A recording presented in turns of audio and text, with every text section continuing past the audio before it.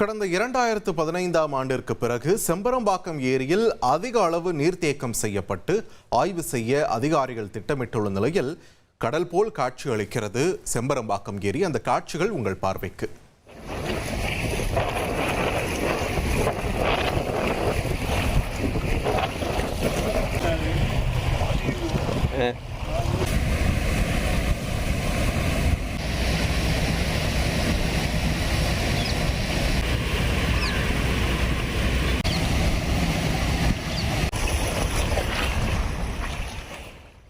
தொடர்ந்து கூடுதல் விவரங்களை வழங்க இணைகிறார் எமது செய்தியாளர் சதீஷ்குமார்.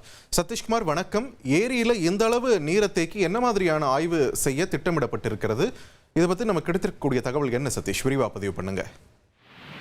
சென்னை மக்களின் முக்கிய குடிநீர் ஆதாரமாக விளங்கக்கூடிய செம்பரம்பாக்கம் ஏரி 2015ஆம் ஆண்டுக்கு பிறகு தற்போது அதிக அளவு தண்ணீர் தேக்கி வைக்கப்பட்டிருப்பது கடலை போல செம்பரம்பாக்கம் ஏரியானது காட்சி அளித்து வருகிறது. செம்பரம்பாக்கம் ஏரி கடந்த 2015ஆம் ஆண்டு பெய்த பெருமழையின் காரணமாக முழுவதுமாக நிரம்பியது. அதன் பிறகு அந்த முழு கொள்ளளவை எட்டாத ஒரு சூழல் இருந்து வந்தேதான் இருந்தது. இந்த நிலையில் இந்த ஆண்டு ஒரு ஆய்வு திட்டத்திற்காக செம்பரம்பாக்கம் ஏரியில் அதிக அளவு நீரானது தேக்கி வைக்கப்பட்டிருக்கிறது. அதனுடைய முழு கொள்ளளவான 24 அடி நீரை தேக்கி வைத்து ஆய்வு செய்ய அதிகாரிகள் திட்டமிட்டிருக்கிறார்கள். தொடர்ந்து செய்தியாளர் சதீஷ்குமார் இணைகிறார். சதீஷ்குமார், உங்கள் விவரங்களை தொடர்ந்து பதிவு பண்ணுங்க.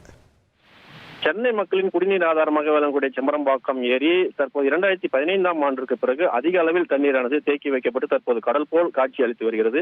செம்பரம்பாக்கம் ஏரியின் மொத்த நீர்மட்ட உயரம் 24 அடியில் தற்போது 23.67 அடி உயரம் நீர் உள்ளது. இது 2015ஆம் ஆண்டு 23.45 அடியே அதிக அளவு தண்ணீர் தேக்கி வைக்கப்பட்டது. தற்போது அதையும் காட்டிலும் தற்போது 24 அடி முழு கொள்ளளவை தேக்கி வைக்க அதிகாரிகள் முடிவு செய்து உள்ளனர்.